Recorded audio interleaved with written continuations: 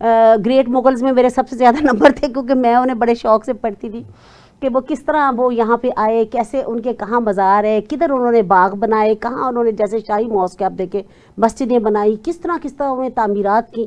تو یہ ساری چیزیں یعنی مجھے اپیل کرتی ہیں. ایویں نہیں لاہور ہے کیا جاتا, یہ اس کی ثقافت ہے, اس کی رہتل بہتل ہے, اس کا لوگوں کا گفتگو کرنے کا طریقہ ہے, لوگوں کا ایک دوسرے سے ملنے ملانے کا طریقہ ہے, بڑا پن ہے, جس کی وجہ سے لاہور بنا ہے. امجد اقبال صاحب, میڈم نے تو بہت خوبصورت تعریف کی کلچر کی کہ ہمارا ملک جو ہے وہ مختلف کلچرز کا حصہ ہے, جیسے سندھی کلچر ہے, بلوچ کلچر ہے, پشتون کلچر ہے, پھر ہم دیکھیں تو کے پی کے اس سے یہ جو گریٹ بلتستان ہے جی بھی, بالکل گلگت بلتستان ہے, پھر کشمیر ہمارا ہے, یہ سارے ہمارے کلچرل اینٹیٹیز ہیں, لیکن ان سب کے اوپر جو چھایا ہوا ہے اس کو ہم کہتے ہیں یہ پاکستان کا کلچر ہے.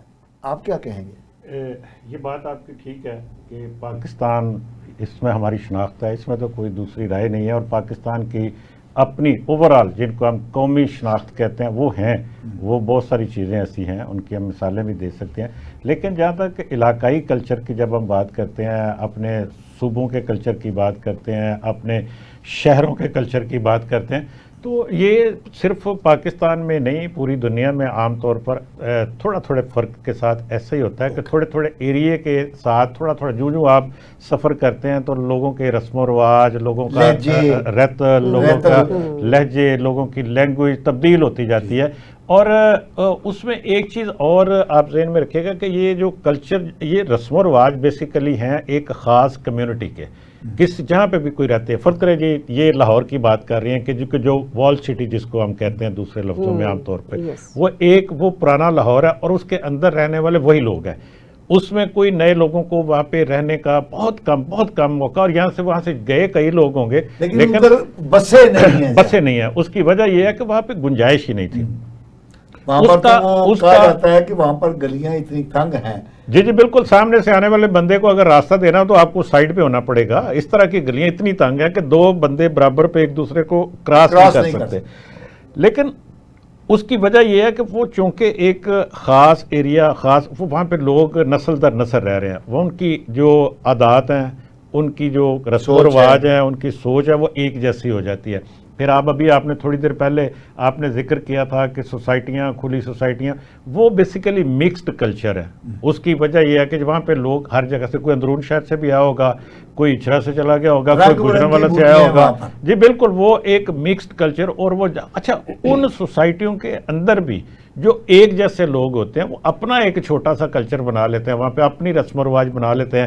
فرض کریں کوئی خیبر پختونخوا کے رہنے والے ہیں تو وہ چند لوگ مل کے کہ جی اچھا یار یہ جو کچھ ان کی جو فنکشنز ہوں گے وہ اپنے رسم و رواج کے مطابق وہاں پہ بھی کر لیتے ہیں. کوئی سندھ سے آیا ہوا ہے, کوئی اگر بلوچستان سے آیا ہوا ہے, پنجاب کے اندر سے فرض کرے کوئی سرائکی علاقے سے ہے, یا گجرانوالہ سے ہے, کوئی ملتان سے ہے, کوئی ادھر جہلم سے ہے, تو وہ اپنا وہ جہاں پہ چار لوگ ایک جیسے ملتے ہیں وہ اپنا ایک کلچر بنا لیتے ہیں.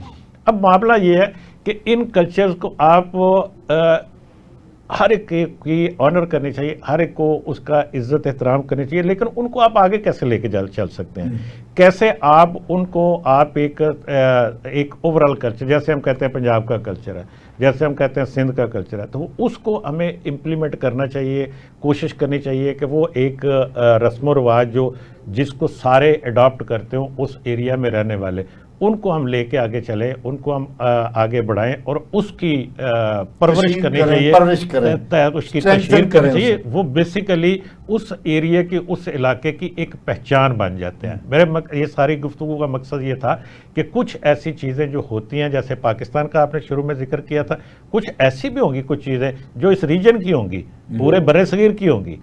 جیسے بسنت ہے, میں دیکھیں نا, میں کسی ایک رسم کی بات نہیں کر, بہت ساری ایسی ہوتی ہیں, پھر وہ بات دوسری طرف نکل جائے گی نا. لیکن ہم یہ کہتے ہیں کہ کچھ ایسی ہیں جو صرف اس ریجن کی ہیں. پھر آگے کچھ ایسی چیزیں جو پاکستان کی، ان کی اپنی پہچان، اپنا ایک ہونا چاہیے.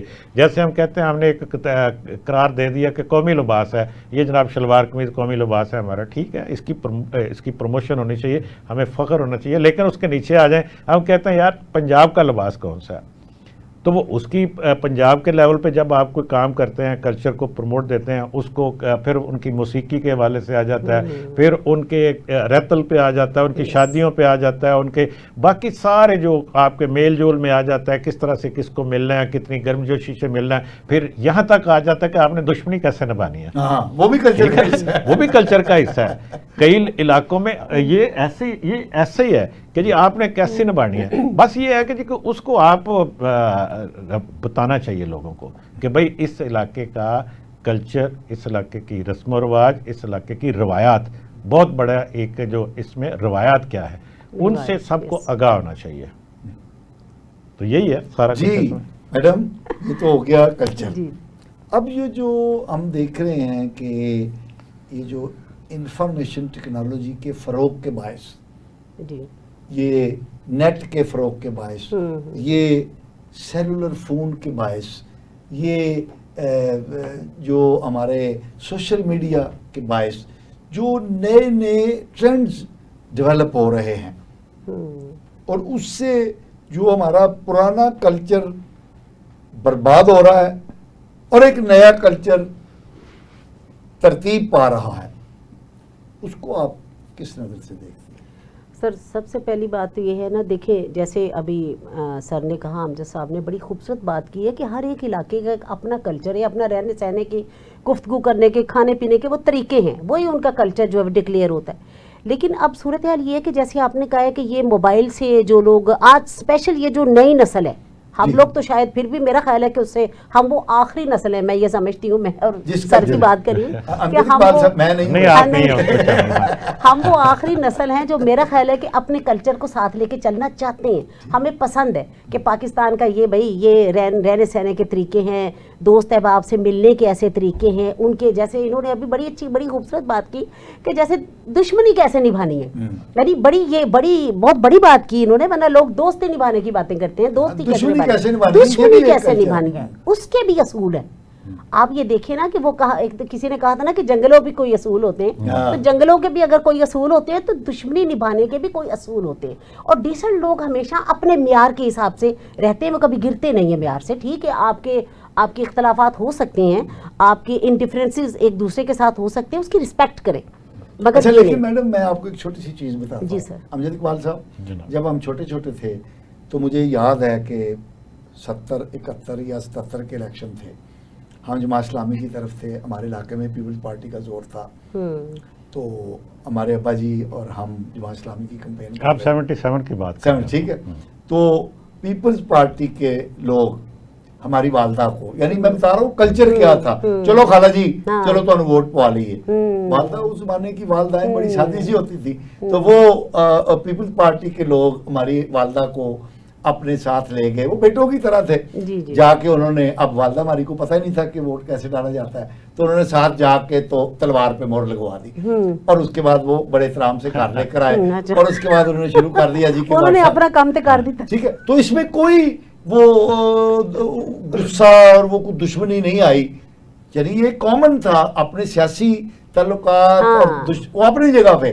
لیکن وہ کیونکہ محلہ کلچر تھا تو وہ خالہ جی چلو تو ووٹ پوا جائیے، تو لے جا کے انہوں نے ووٹ جو ہے وہ اپنا ڈلوا لیا، ہم نے بھی انجوائے کیا خوشی. لیکن اب یہ ایک کلچر تھا، یہ سیاسی کلچر تھا ہمارا کہ آپ کو چاہیے تھا کہ اس کے جواب میں آپ ان کی کسی بزرگ کو لے جاتے ہیں.